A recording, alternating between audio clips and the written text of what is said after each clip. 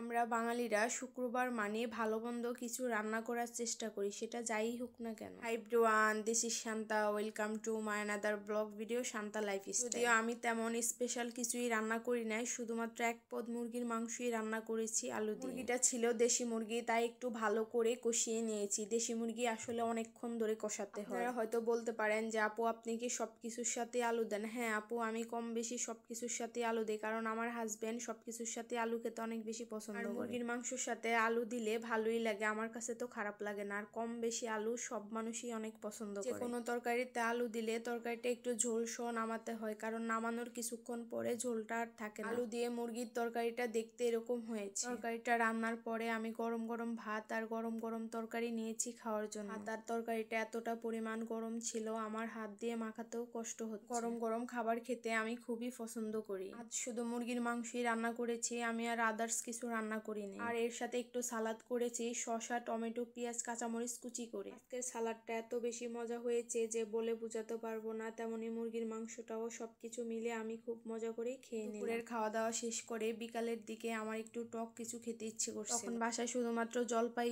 ছিল, তো জলপাইটা চিনি দিয়ে সিদ্ধ করে নিয়েছি। জলপাইগুলো একটু কাঁচা ছিল, তাই সিদ্ধ করে নিয়েছি। কাঁচা জলপাই আমি একদমই খেতে পারি না, সিদ্ধ করলে তো একটু খাওয়া যায়। লবণ মরিচ দিয়ে জলপাইটা খেতে এতটা পরিমাণ ভালো লেগেছে, আমার বয়স দিতে গিয়ে এখনো খেতে ইচ্ছে করে। যখন টক কিছু খেতে ইচ্ছে করে তখন যদি টক কিছু খেতে পারি, কি যে ভালো লাগে। পরবর্তী ভিডিও দেখার জন্য অবশ্যই আমার পেজটি ফলো দিয়ে পাশে থাকবেন।